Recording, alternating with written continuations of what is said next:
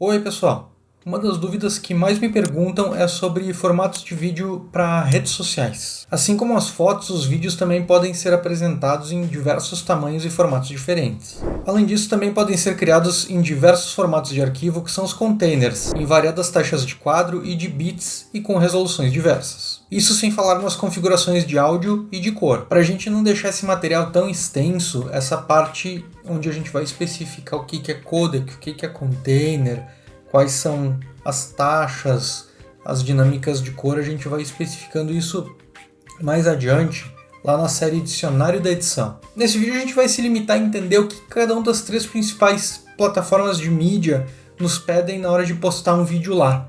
Quais são as três principais plataformas hoje? YouTube, Instagram e Facebook. A gente começa pelo mais fácil, que é o YouTube, que é uma plataforma que é feita para postagem de vídeo especificamente. Atualmente o YouTube permite vídeo de até 8K, mas a gente sabe que isso não faz muito sentido no mercado atual. Aliás, o 4K também não tem tanta saída no nosso mercado, e tem um motivo para isso. Os espectadores que assistem o YouTube em telefones e monitores de até 1080p. É difícil a gente ver alguém que assista o vídeo num celular com 4K, num monitor 4K ou numa TV. Então, partindo desse pressuposto, vamos aos dados técnicos ideais para um vídeo do YouTube. A gente começa pelas configurações de edição e depois para as configurações de exportação. Primeira coisa, o vídeo deve ter uma proporção de tela de 16:9. A resolução ideal para os vídeos no YouTube, no nosso caso, é de 1920 por 1080 pixels. 1920 pixels de largura por 1080 pixels de altura. Interessante para o YouTube e para qualquer plataforma a gente deixar essa margem de 10% nas laterais do vídeo para inserção de caracteres para dentro dessa margem, para que não seja cortado por nenhum menu, por nenhum título, por nenhuma barra, um overlay que o YouTube coloca no seu player e que os outros também colocam nos seus players, a gente vai ver mais para frente. Na taxa de quadros, o YouTube é extremamente liberal e é o único que trabalha em taxas de quadro diferentes da de 30 quadros por segundo. No YouTube a gente pode trabalhar desde 24 quadros por segundo até 60. A única exigência do YouTube é que o vídeo seja em formato progressivo e não entrelaçado. Ou seja, se você criou um vídeo em 1080i 60, na hora de exportar você vai ter que exportar ele para 1080p 30. Você vai ter que fazer os quadros trabalharem de forma progressiva e no caso da transformação de entrelaçado para progressivo, a taxa de quadros cai pela metade. Na hora de exportar a gente vai usar então um container MP4. Os compressores para vídeo a gente utiliza o H264 com as seguintes opções: varredura progressiva, como eu expliquei agora há pouco, alto perfil, a taxa de bits variável, o VBR, tá? CBR é para a taxa de bits constante, a gente usa a variável VBR. As taxas que a gente utiliza é de 8 megabits por segundo para vídeos de até 30 quadros e 12 megabits por segundo para vídeos de até 60 quadros por segundo. E na opção de códec de áudio, nós vamos utilizar o ACLC estéreo ou estéreo 5.1, se a gente tiver o tratamento de áudio também em surround dentro do nosso vídeo. E a taxa de amostragem do áudio pode variar de 96 kHz ou 48 kHz. Essas são as configurações básicas para o YouTube, otimizadas e sugeridas pelo próprio Google. No Facebook, a gente pode usar as mesmas configurações do YouTube com duas ressalvas. A taxa de quadros é limitada a 30 quadros por segundo e a taxa de amostragem de áudio é limitada a 44.1 kHz. Então, não adianta criar vídeo com 60 fps ou 96 kHz na taxa de áudio. Quando chega lá no Facebook, eles vão limitar em 30 e 44.100. Agora vem a parte complicada, o Instagram. Instagram é um mundo paralelo. Ele é um aplicativo feito para mobile, para ser visto com o telefone na vertical e não na horizontal. A gente vê ele em modo retrato e não em modo paisagem. E o Instagram, ao longo do tempo, foi colocando um monte de funções e modos de publicação diferentes que respondem a formatos de vídeo diferentes. Apesar disso, todos os vídeos têm um lugar comum. O Instagram trata todos os vídeos, a parte técnica dele, da mesma forma. Então, todos os vídeos devem ser em MP4, H264, como nos dois exemplos acima. A taxa diminui bastante, diminui para 3.5 megabits por segundo. A taxa de quadros também é de apenas 30 quadros por segundo. E o codec de áudio também é em AAC e a taxa igual ao do Facebook, 44.1 kHz. Essas configurações servem para todos os vídeos que a gente for postar no Instagram. Agora vem a parte mais complicada, porque a gente vai dividir em 3 assuntos diferentes, cada um com uma regra diferente de postagem. Primeira é o método mais tradicional de postagem no Instagram, que é o feed. No feed, a gente pode trabalhar o vídeo em 2 formatos diferentes. O primeiro é 1:1, que significa que vai ser uma imagem quadrada.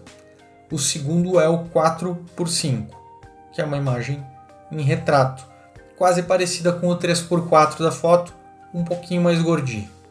No caso dos vídeos 1:1, a gente vai utilizar a resolução de 1080 por 1080. No caso dos vídeos 4:5, a gente vai utilizar a resolução 1080 por 1350. Essa última é uma resolução que preenche bem o feed. É como foi feito originalmente o Instagram, para responder nessa resolução um pouco mais alta do que larga. Então, essa é a resolução recomendada para maior aproveitamento do feed dentro da visualização que o cliente vai ter. Caso você vá colocar um post estático de capa antes do seu vídeo, ou seja, a imagem 1 do seu carrossel é uma foto e a segunda é um vídeo, sempre exporte no mesmo formato. Se você optou por fazer em 4:5, utilize uma foto em 4:5. Se você vai exportar em 1:1, utilize uma foto em 1:1 para manter a coesão do conteúdo. Entre um post e outro você pode ter essa variação daqui a pouco, mas dentro do post mantém sempre a mesma resolução. Segundo ponto, Reels e Story. Os Reels e Story foram feitos para ser visualizados em tela cheia com o celular na posição retrato, em pé. Ou seja, eles devem responder uma proporção de tela de 9:16, ao contrário do anterior 16:9 da tela cheia na horizontal. A resolução para esses vídeos deve ser de 1080 por 1920 pixels. Alguns telefones têm a taxa de 21:9, 21:10, 16:10, mas a taxa de 9:16 abraça praticamente todos esses telefones. É importante a gente lembrar de manter a margem de 10% nos cantos para evitar os botões da lateral, a barra de comentários embaixo e o nome do usuário em cima ficarem por cima de uma caixa de texto nossa. Os vídeos têm 15 segundos de duração nos stories e os Reels já estão sendo implementados. Alguns usuários já estão podendo postar vídeos de 30 segundos nos Reels.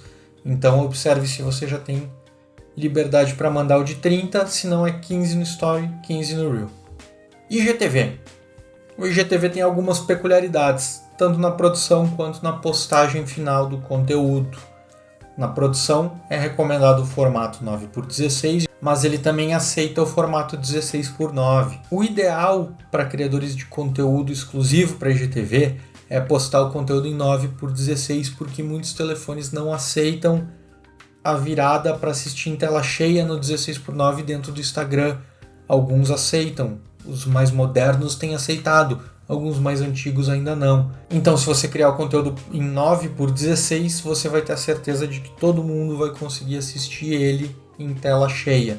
A resolução é a mesma, em 9:16, 1080 por 1920, em 16:9, 1920 por 1080.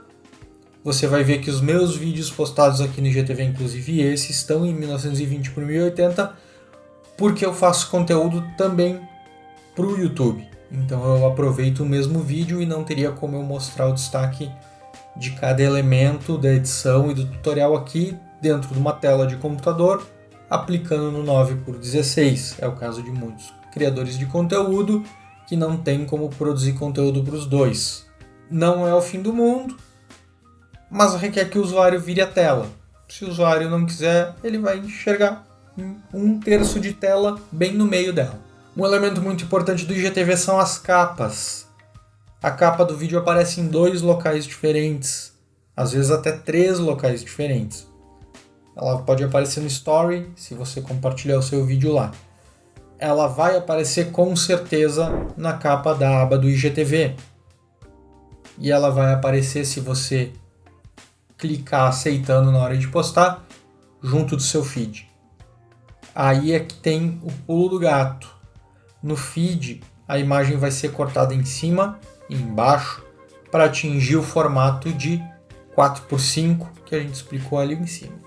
Na hora de criar a capa, a gente vai fazer o seguinte: faz um arquivo de 1080 por 1920 e uma box dentro dele bem centralizada de 1080 por 1350, contando a área safe de 10% para dentro.